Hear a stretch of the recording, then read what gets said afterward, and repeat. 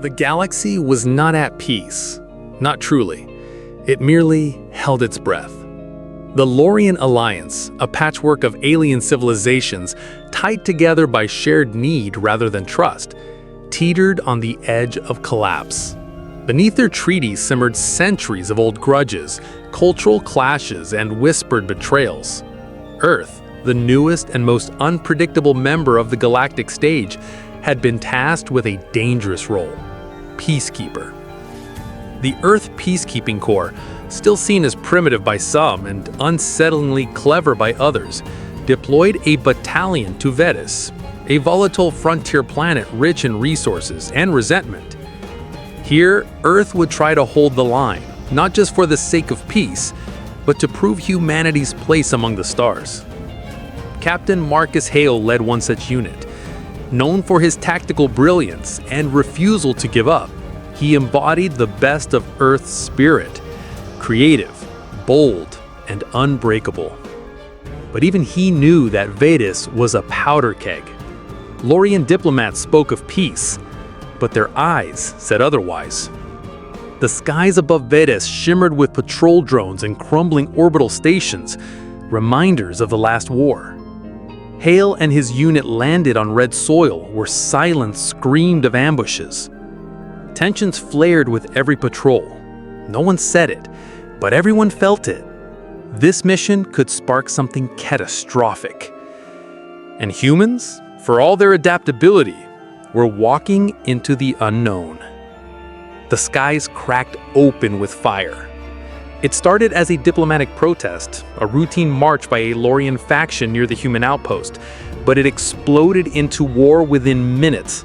Plasma fire lit the air, alien screams filled the winds, and Hale's comms bled static and cries for help. Captain Hale, surrounded, bloodied, and missing half his squad, refused to retreat. He understood the cost of failure here. If Earth was seen as weak, the Alliance would crumble.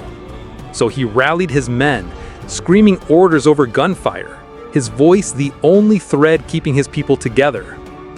Pull back to the ridge, cover the medics, we hold until evac.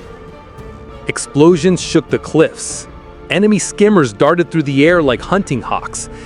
He took a direct hit to the shoulder, but didn't flinch. He fired back with a borrowed Lorian weapon, his armor charred and limbs shaking.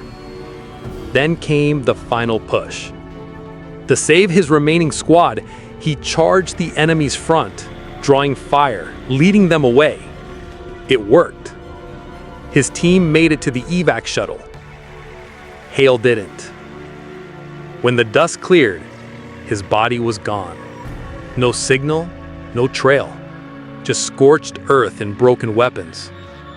He was declared MIA, presumed dead. But those who knew Marcus Hale, they never truly believed he was gone. 10 years passed.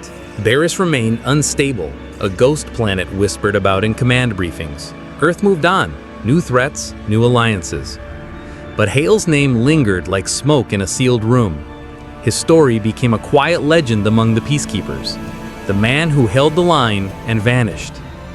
Lieutenant Sarah Denev kept his dog tags. She had been his second in command, the one who dragged the wounded back to the shuttle. Every year she sent a request to reopen the investigation. Every year she was denied.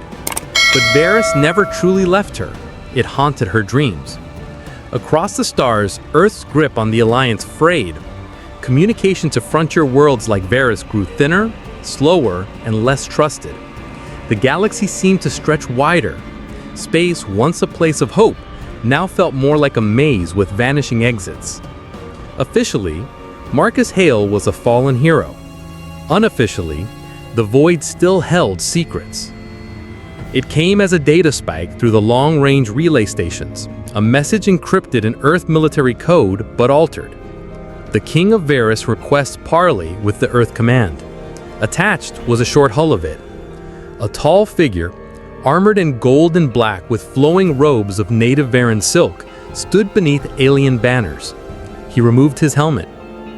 It was Marcus Hale, older, scarred, but unmistakably alive. The room fell silent. The generals debated authenticity. The alliance demanded answers. The message bore Varen royal markings, symbols Earth didn't even know existed. How had he survived? And more shocking, how had he become king? Questions flooded Earth Command, but one rang louder than the rest. Was he still one of them? Was it truly Marcus Hale or a puppet wearing his face? His voice was calm in the message, commanding. He spoke of stability on Varys, of a new society rising from the ashes, and of needing Earth cooperation for the sake of peace. But something was different. He no longer spoke like a soldier. Denevri watched the Hall of It a dozen times.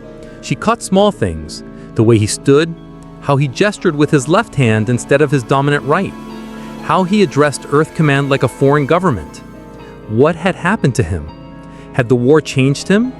Had the aliens, or had he simply evolved into something else? The council debated for weeks. Was he a threat or a bridge? Should they respond or strike? Behind every whisper, one truth echoed. No human had ever become royalty on an alien world. Until now. They chose Lieutenant Sarah Deneuve to lead the team. She didn't hesitate. The diplomatic party was small. 4 humans, 2 Lorien interpreters, and 1 AI diplomat, but heavily trained. Not just in politics, but survival. The mission was simple. Meet with Hale, assess his intentions, and determine if peace was still possible. Before departure, Deneuve visited the old Peacekeeper Memorial. Hale's name was etched in steel. She placed her hand on it, then turned away. Let's go bring him home. Their ship cut through space toward Varys. The world grew in the viewport, scarred and storm-wrapped. They didn't know what they would find. But Sarah knew one thing. Marcus Hale was no longer just a missing soldier. He was a king. And kings had power. The kind that could save worlds. Or burn them. The shuttle groaned as it pierced the dense atmosphere of Varys. Turbulence rocked the team inside, each member gripping their seat harness, eyes fixed on the jagged terrain below. Mountains knifed upward like the bones of some ancient beast, wrapped in a shroud of storm clouds and ash. Valleys plunged into darkness, hiding secrets older than Earth's civilizations.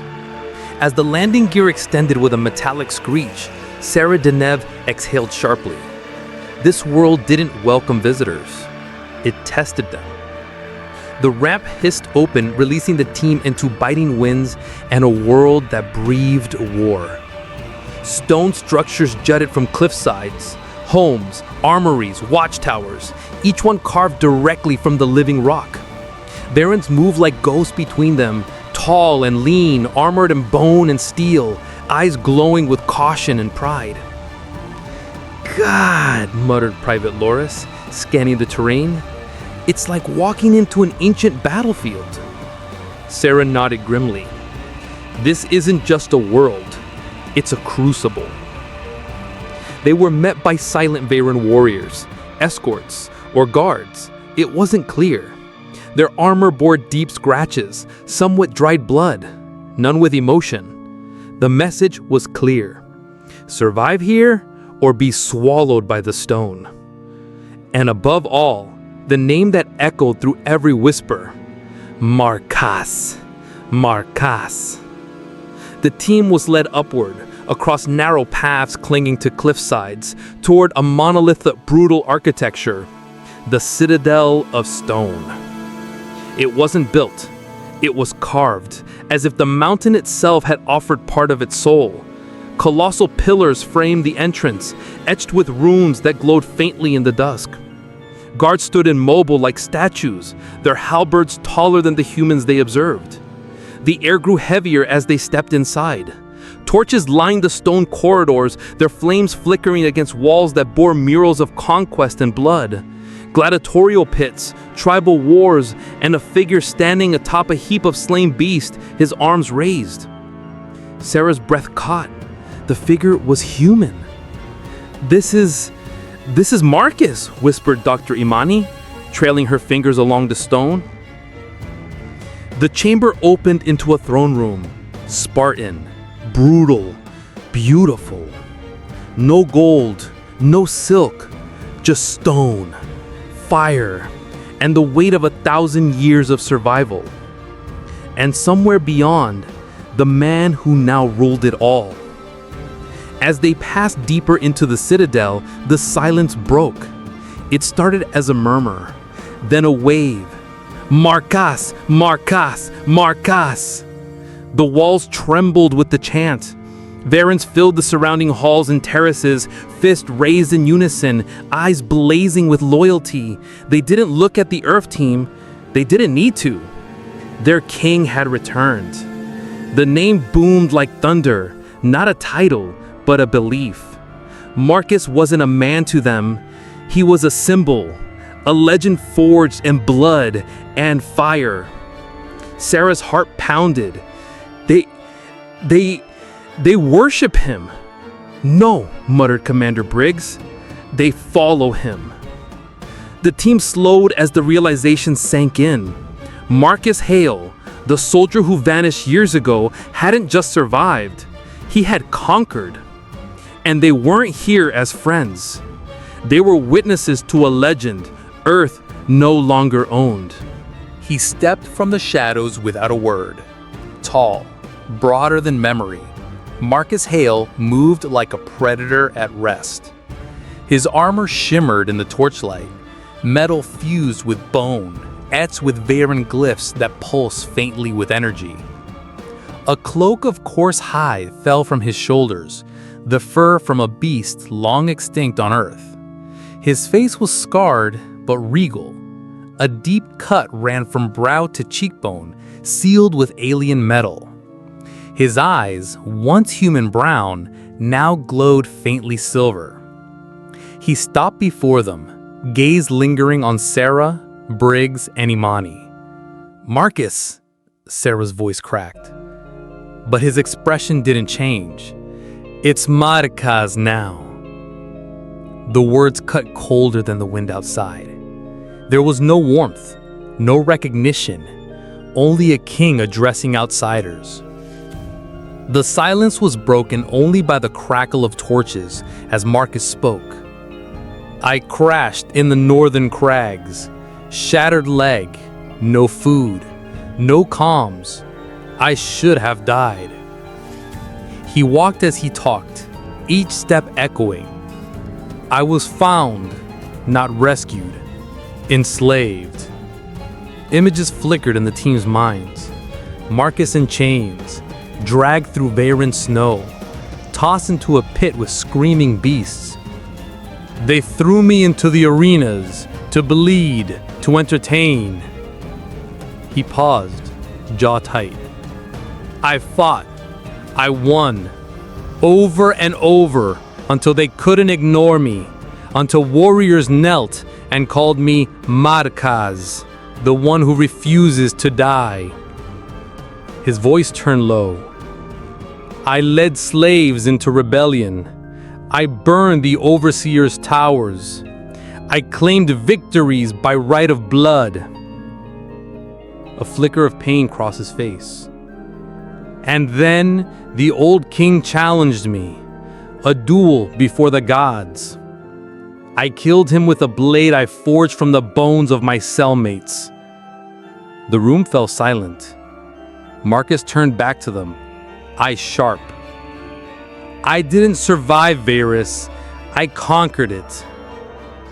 I waited for Earth. Years. Nothing came." His voice rose, thunderous. "You abandoned me. I died out there. And in that death, something else was born." He stood before a massive banner, his crest, a human skull inside a Varen blade circle. "I am not your soldier. I am not your mission." He gestured to the citadel. "I am king. By right, by blood. I earned this." Sarah took a step forward. "You think you're not one of us anymore?" He didn't blink. I'm not. I am Varen. I am Markaz, and Earth has no claim over me. You betrayed us, Sarah snapped. You vanished, and now you're wearing their armor, standing on the bones of their enemies like it makes you noble. He stared at her. You think this was choice? You could have sent a signal. We would have come. We looked for you. Not hard enough, he roared. The torches flickered. The guards tensed.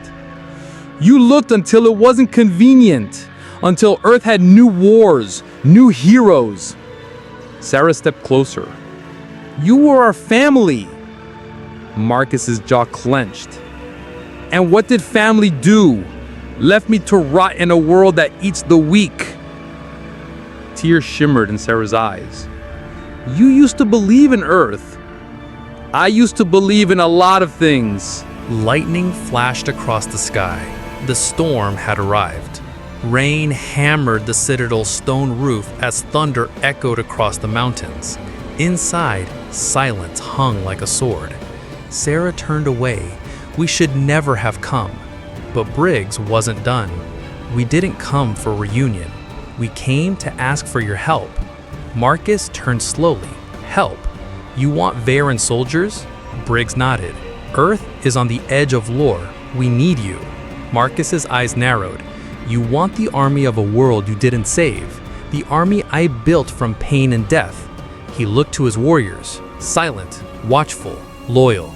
You're too late. I don't fight Earth's wars anymore. Outside, the wind howled. Inside, so did silence. Something has shattered, and the pieces could never be whole again. The twin moons hung low over the capital city of Varys, casting pale blue light across its stone spires. Sarah stood on the balcony of the palace, her breath shallow. Below, the city buzzed. Anxious voices, closed markets, banners torn by wind. Something was coming, and it wasn't peace. The palace halls had grown quieter these days. The courtiers whispered of Gorvak the Trueborn, a native warlord descended from the bloodline of Varys' ancient kings.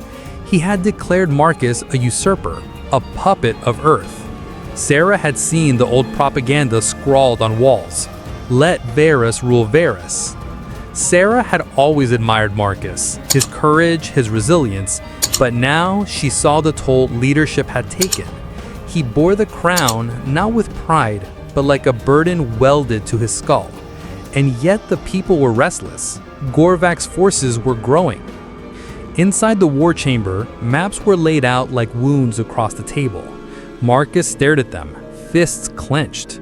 They want purity, they want bloodlines, not peace. Sarah felt the air thicken. This wasn't just a rebellion, it was the soul of Varys splitting in two. Marcus, though loved by many, was still an outsider. And now that the drums of war began to beat again, loyalty was cracking.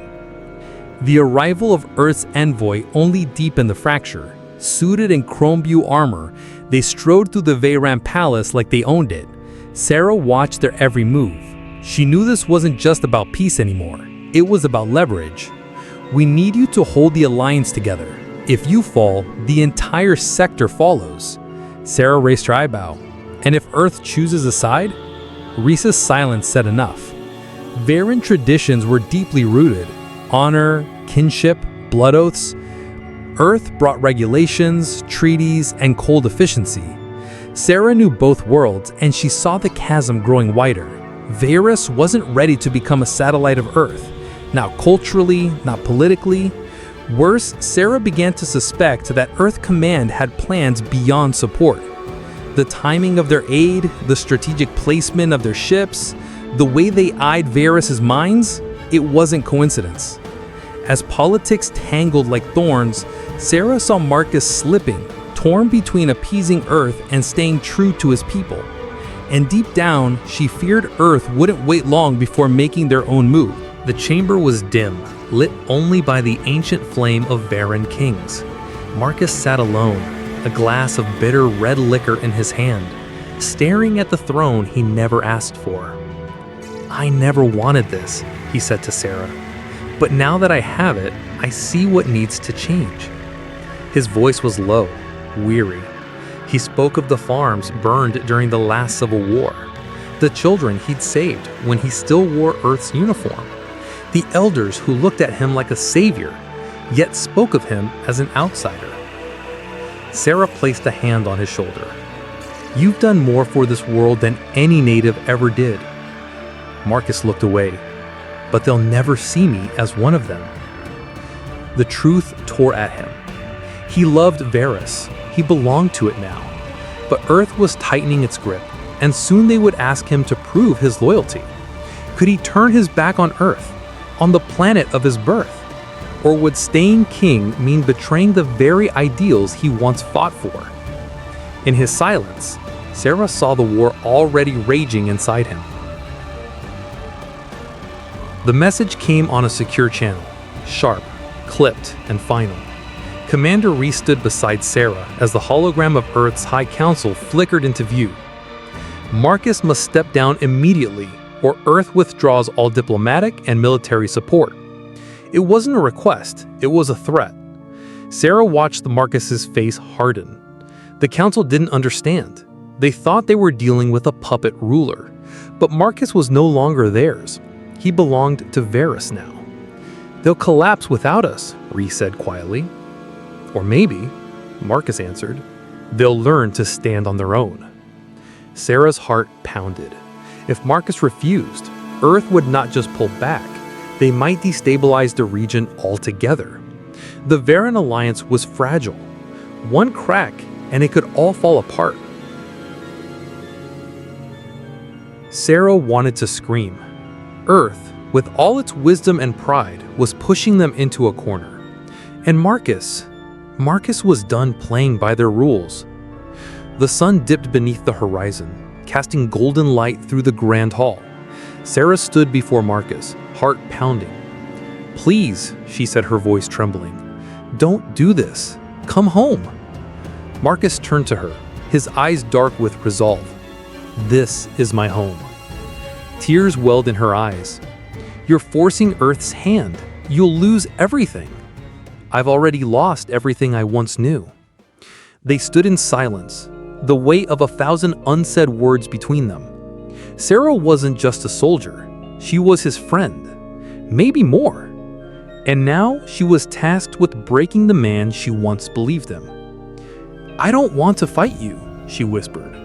"Then don't." Her hand brushed his cheek, lingering. "You could have had a future, on Earth, with me." He stepped back. "My future is here, where I can make a difference." The wind howled across the balcony as Marcus stood tall, the flames of the city flickering below. "I didn't survive to return to Earth's shadow," he said, his voice echoing. "I became king to stop the cycle of pain, to end the blood feuds, to show them a better way." Sarah stood behind him, silent. "You think I wanted this crown? I bled for this world. I watched it fall apart, and I made a vow. No more children in graves. No more fathers dying in fields." He turned to her, fire in his eyes. "I am not Earth's man anymore. I am Varys's hope." Sarah didn't argue. She couldn't. In that moment, she saw who Marcus had become. Not a traitor, but a leader reborn. A flash, a hiss, the sound of wind, then pain. Marcus staggered backward, blood seeping from his shoulder. The bolt had come from the shadows, fast and silent. "Down!" Sarah screamed, drawing her sidearm. Chaos erupted. Guards shouted. Another shot struck the stone wall beside them. Sarah leapt over Marcus, firing blindly into the darkness. A figure moved. A cloak, a mask, a dagger in hand. Close, too close. Sarah tackled Marcus to the ground as the blade slashed the air above. Gunfire echoed. Then silence. The assassin fell. Marcus groaned. Sarah's hands were already pressing to his wound. "Stay with me," she breathed. "I'm fine," he gasped. "Who sent them?" She didn't answer, because deep down, They both knew. The enemy was inside the palace. The next morning, Sarah found Marcus in the catacombs beneath the palace. Lit by dim crystals, he stood before a sealed vault. "It's time you knew," he said. Inside was something ancient, pulsing light, humming energy. Sarah stepped closer, her eyes wide. "This," Marcus said, "is why Earth cares, why Gorvak wants the throne. Beerus isn't just soil and stone, it's power." She felt it, the raw energy, alive, almost sentient. It was unlike anything Earth had discovered. If it falls into the wrong hands, Marcus shook his head, the galaxy won't survive. Sarah's mind raced. This wasn't just politics. It was a fight for survival, for control of something that could reshape the stars. And now, they were all running out of time. The sky turned crimson as Gorvak's warships broke through the upper atmosphere. The sound was deafening. Sonic cannons roared, shattering buildings like glass. Capitol Tower, the heart of Varen pride, burned under relentless orbital strikes. Smoke curled into the heavens, blotting out the twin suns. Sirens wailed through the streets, but they couldn't compete with the screaming of the wounded. Alien soldiers, Gorvak's elite Varen shock troopers, poured into the city like a black flood. Their armor was jagged and glowing with dark energy, moving with terrifying precision. Drones hovered above, scanning, firing, executing without hesitation. Civilians scattered, hiding behind shattered monuments of their once mighty culture. Marcus stood atop the Capitol's balcony, fists clenched. His people were dying. Beerus was falling, and yet this was no longer just about survival. This was about what kind of future he would leave behind. The guard beside him turned. "Commander, we await your order." Marcus said nothing. He watched the flames consume the ancient statues of his ancestors. Their legacy was built on blood and power. Now it crumbled under Gorvak's brute force. The city had turned into a battlefield, and the heart of the Varen identity was cracking. In the chaos of the war chamber, Marcus paced like a caged beast. Maps flickered with red markers. Every blinking light was a lost life. Beside him, Sarah, the human diplomat, stood calm, yet firm. "We can still open talks. Not all battles are won by blades, Marcus." She spun toward him. "Gorvak understands one language: pain. He won't stop until I'm dead." Sarah stepped closer. "But you're not just a warrior anymore. You're a leader. Your people follow you not because you're the strongest, but because they believe you might be different." The weight of her words hit hard. He remembered the old ways, rituals soaked in violence, power passed by blood. It was all he had known. Yet something inside him whispered that she was right. But what if mercy got them all killed? A thunderous quake shook the chamber. Another district had fallen. His second-in-command shouted, "We must strike now before we lose the gate." Marcus's jaw tightened. His people needed a decision. Diplomacy or brutality? The past or the future? He stared at the ceremonial blade on the wall, then made his choice. The skies cleared just enough for the twin moons to shine down on the ritual arena, an ancient stone circle once used for coronations and executions. Now, it would witness history again. Word spread fast. Marcus had invoked the right of Korthan, an ancient Varen law. One-on-one combat, leader versus challenger. No armies, no politics, just strength. Gorvak laughed when he heard, "You think tradition will save you, boy? I'll break your bones with honor." But Marcus had something more than honor. He had purpose. He walked into the arena wearing traditional Varen armor, but he'd added something new. Lightweight human composite plates. Fast, flexible, smart. As the two leaders faced each other, a silence fell over the crowd. Generations of Varens looked on, breath held. This wasn't just a fight, it was a reckoning. A new meaning had been injected into old customs. Marcus wasn't just fighting to win, He was fighting to redefine what winning meant. The horn sounded. Gorvak charged. He was a monster, 2 meters tall, armored to the teeth, and swinging a double-bladed axe with the fury of 100 battles. Every strike was like thunder, meant to crush, not cut. Marcus dodged, barely. He moved like liquid, ducking low, twisting, rolling. Every movement calculated, every feint measured. Gorvak sneered and said, "You run like prey." Marcus didn't answer. He just observed. The old general's style was pure aggression. No adaptation, no change, just raw power. But Marcus was human, and humans adapt.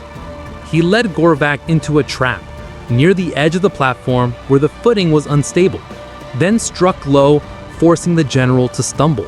The crowd gasped. Gorvak roared and swung wild. Marcus slipped behind, stabbed the joint in Gorvak's armor. A crack, then blood. But the general didn't fall. He bellowed and grabbed Marcus by the throat, lifting him high. "You are nothing!" Gorvak spat. Marcus choking gasped. "Then why are you afraid?" A flash. Marcus used a hidden pulse emitter, short range, human-made. It stunned Gorvak for just a second. Enough.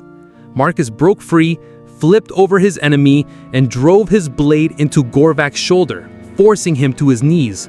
Blood pooled, Gorvak slumped, defeated.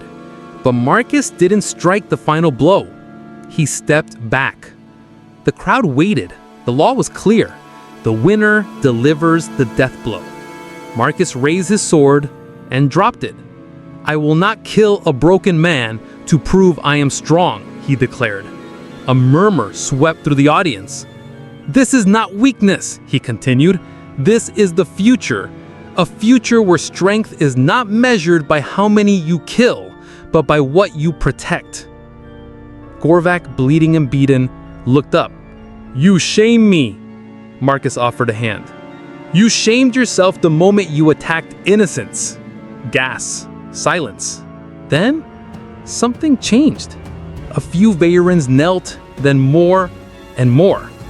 Tradition had been shattered, but a new legacy had been born. By dawn, Marcus stood before the council's ruins. Thousands had gathered, waiting for what came next. He raised his voice. "The age of blood has ended. Today, a new law is written into the heart of Barris. Mercy is strength." He turned to Gorvak, who now stood beside him, not as a prisoner, but as a reminder. There will be no executions, no vengeance, only justice, only unity. The crowd murmured again. But this time, it wasn't fear. It was understanding. Marcus had given them more than victory. He had given them a future.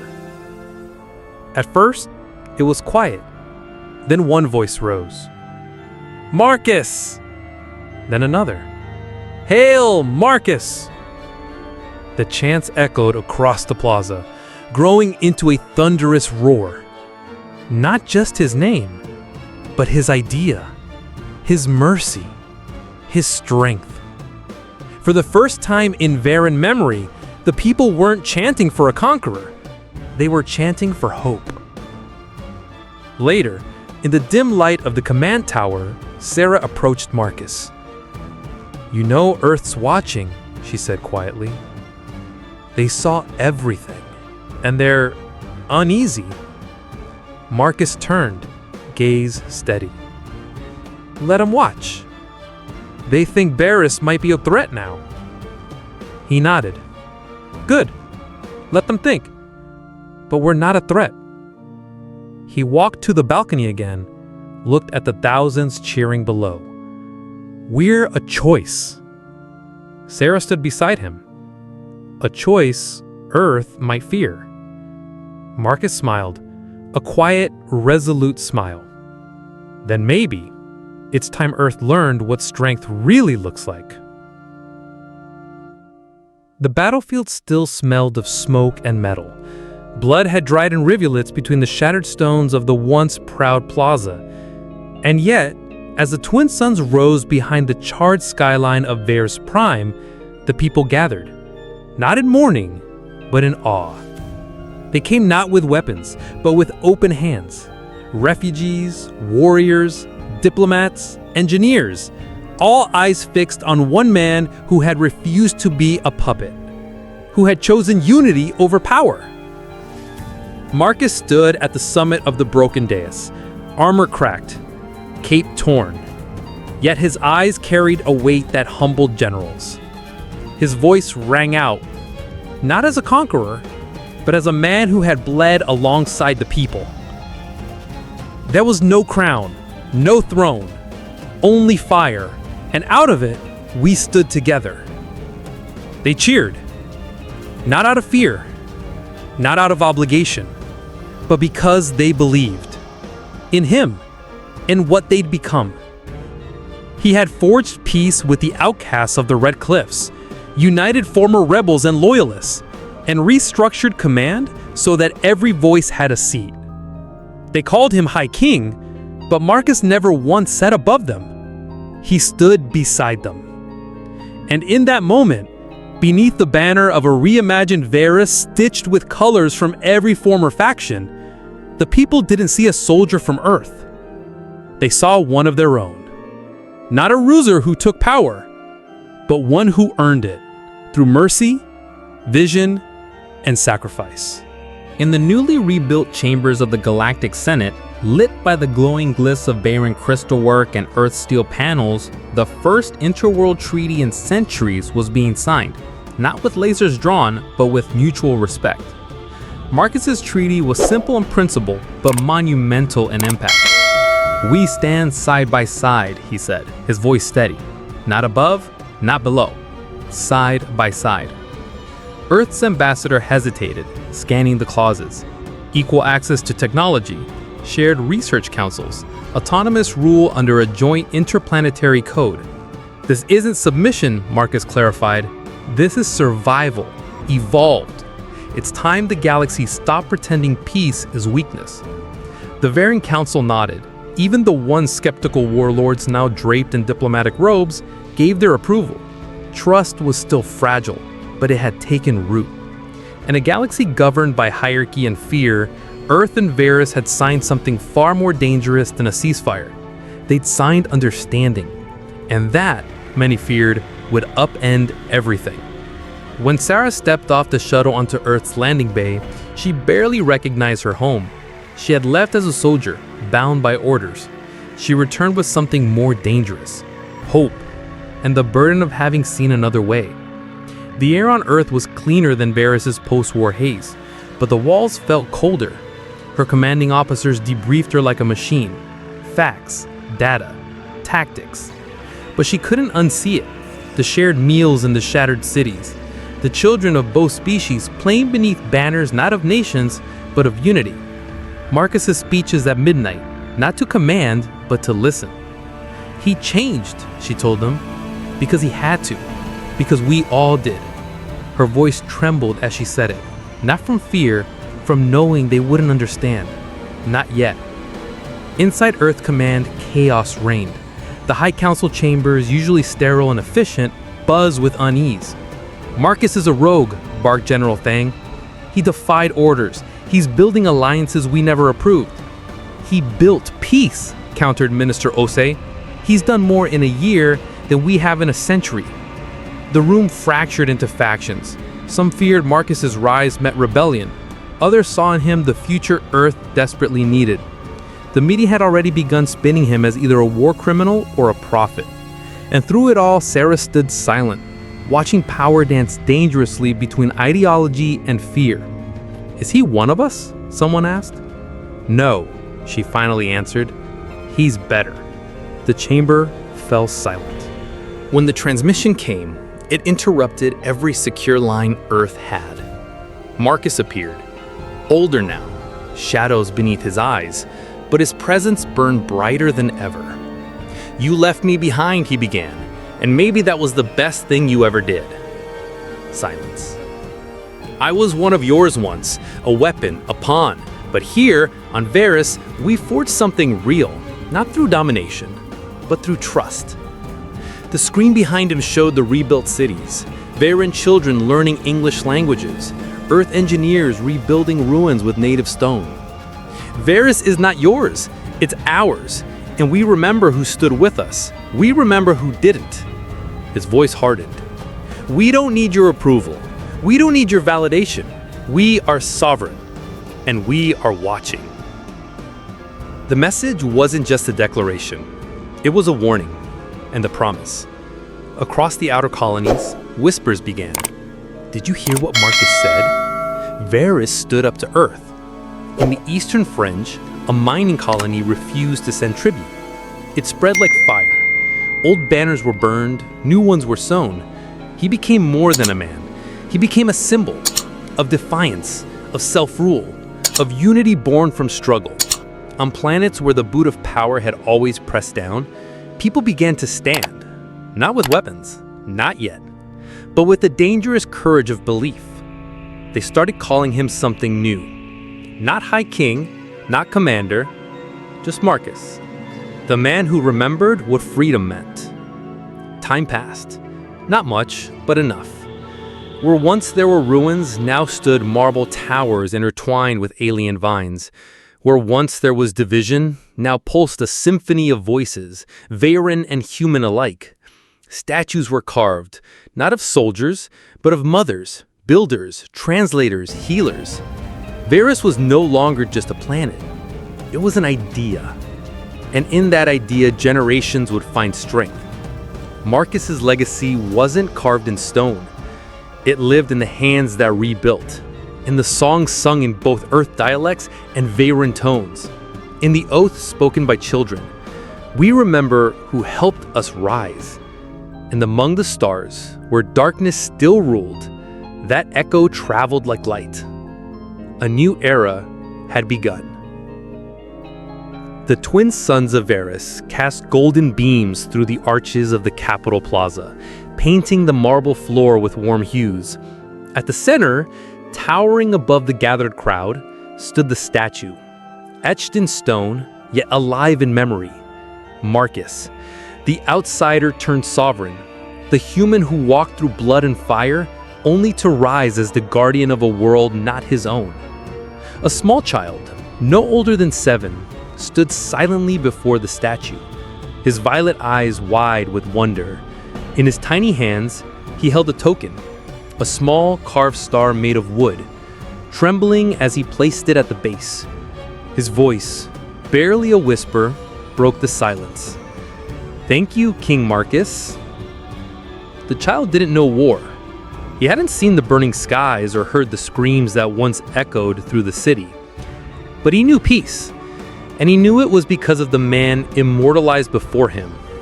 Stone fingers pointed not to the sky, but downward, to the people, symbolizing Marcus's choice to stay. Around the plaza, families watched quietly. No one interrupted, because in that one child's reverence was the truth of Varys' rebirth, a legacy etched not just in stone, but in hearts. Marcus, the human, was once a stranger. Now, he was the foundation of their future. And for the children of this world, that meant everything. Do you know why the stars grew quiet the day Marcus landed?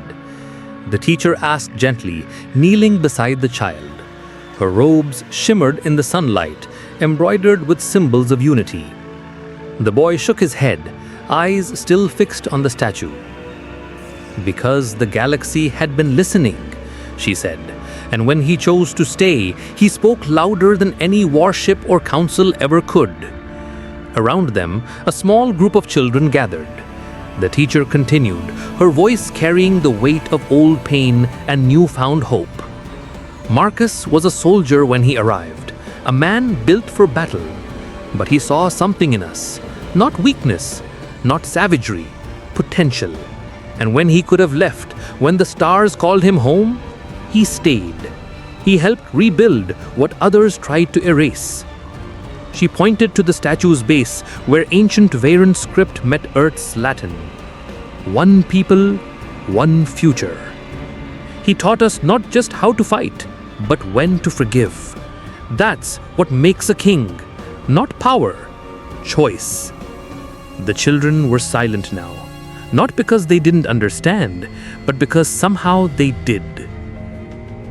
Far above the city, where wind whispered through jagged cliffs and the sky opened in brilliant streaks of rose and amber, Marcus stood alone. The mountain ledge beneath his boots felt solid, real. Unlike the bridge of his old warship or the blood-soaked fields of rebellion, this place was different. His armor was gone, replaced by a woven cloak of local fiber, blue with the sigil of unity stitched into the back.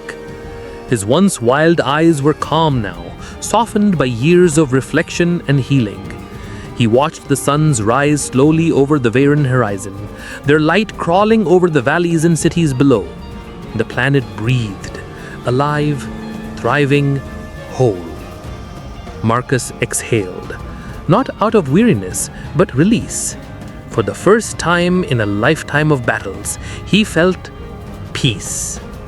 This world had changed him, and in return, he had shaped it. As the wind picked up, tugging gently at his cloak, Marcus spoke, not to anyone, but to the stars, to the memory of who he had been. I disappeared a soldier, he said quietly. I returned a king, and I'll die as something more, a builder of peace.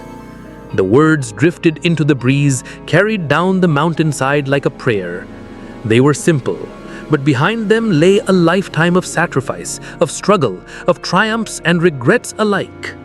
He wasn't just remembering his past, he was owning it.